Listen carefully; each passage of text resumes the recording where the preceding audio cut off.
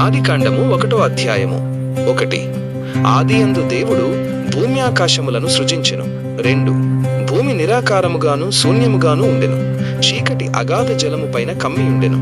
దేవుని ఆత్మ జలముల పైన అల్లాడుచుండెను. 3. దేవుడు వెలుగు కమ్మని పలుకగా వెలుగు కలిగెను. 4. వెలుగు మంచిదైనట్టు దేవుడు చూచెను. దేవుడు వెలుగును చీకటిని వేరుపరచెను. 5.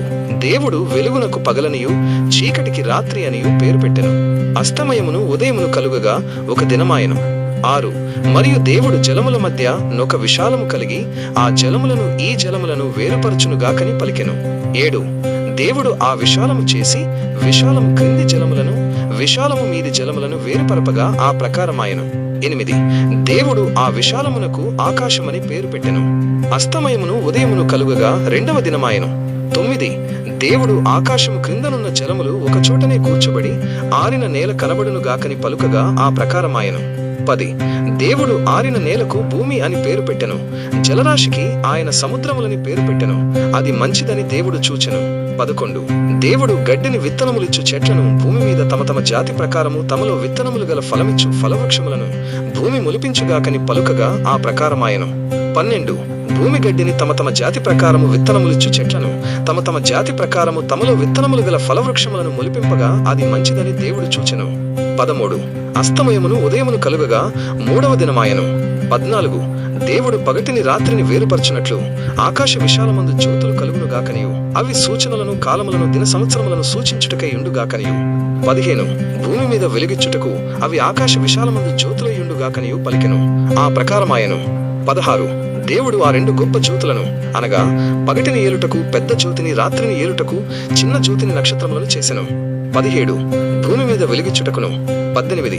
పగటిని రాత్రిని ఏలుటకును వెలుగును చీకటిని వేరుపరచుటకును దేవుడు ఆకాశ విశాలమందు వాటినుంచెను. అది మంచిదని దేవుడు చూచెను. 19. అస్తమయమును ఉదయమును కలుగగా 4వ దినమాయెను. 20. దేవుడు జీవము కలిగి చలించి వాటిని జలములు సమృద్ధిగా పుట్టించునుగాకనియు పక్షులు భూమిపైని ఆకాశ విశాలములు ఎగురునుగాకనియు పలికెను. 21.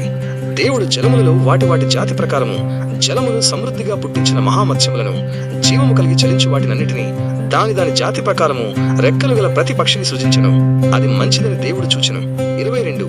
దేవుడు మీరు ఫలించి అభివృద్ధి పొంది సముద్ర జలములలో నిండియుండుడనియు పక్షులు భూమి మీద విస్తరించునుగాకనియు వాటిని ఆశీర్వదించెను. 23. అస్తమయమును ఉదయమును కలుగగా 5వ దినమాయెను. 24. దేవుడు వాటి వాటి జాతి ప్రకారము జీవము గల వాటిని అనగా వాటి వాటి జాతి ప్రకారము పశువులను పురుగులను అడవి జంతువులను భూమి పుట్టించుగాకని పలికెను. ఆ ప్రకారమాయెను. 25. దేవుడు ఆయా జాతుల ప్రకారము అడవి జంతువులను ఆయా జాతుల ప్రకారము పశువులను ఆయా జాతుల ప్రకారము నేలను ప్రాకు ప్రతి పురుగును చేసెను. అది మంచిదని దేవుడు చూచెను. 26. దేవుడు మన స్వరూపమందు మన పోలిక చొప్పున నరులను చేయదము. వారు సముద్రపు చేపలను ఆకాశ పక్షులను పశువులను సమస్త భూమిని భూమి మీద ప్రాకు ప్రతి జంతువును ఏలుదురుగాకనియు పలికెను. 27. దేవుడు తన స్వరూపమందు నరుని సృజించెను. దేవుని స్వరూపమందు వాని సృజించెను. స్త్రీనిగాను పురుషునిగాను వారిని సృజించెను. 28. దేవుడు వారిని ఆశీర్వదించెను. ఎట్లనగా మీరు ఫలించి అభివృద్ధి పొంది విస్తరించి భూమిని నిండించి దానిని లోపరుచుకొనుడి. సముద్రపు చేపలను ఆకాశ పక్షులను భూమి మీద ప్రాకు ప్రతి జీవిని ఏలుడని దేవుడు వారితో చెప్పెను. 29. దేవుడు ఇదిగో భూమి మీదనున్న విత్తనములిచ్చు ప్రతి చెట్టును విత్తనములిచ్చు వృక్షఫలము గల ప్రతి వృక్షమును మీకిచ్చి ఉన్నాను. అవి మీకాహారమగును. 30.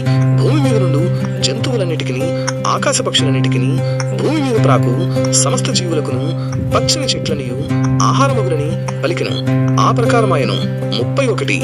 దేవుడు తాను చేసినది యావత్తును చూచినప్పుడు అది చాలా మంచిదిగా ఉండెను. అస్తమయమును ఉదయమును కలుగగా 6వ దినమాయెను.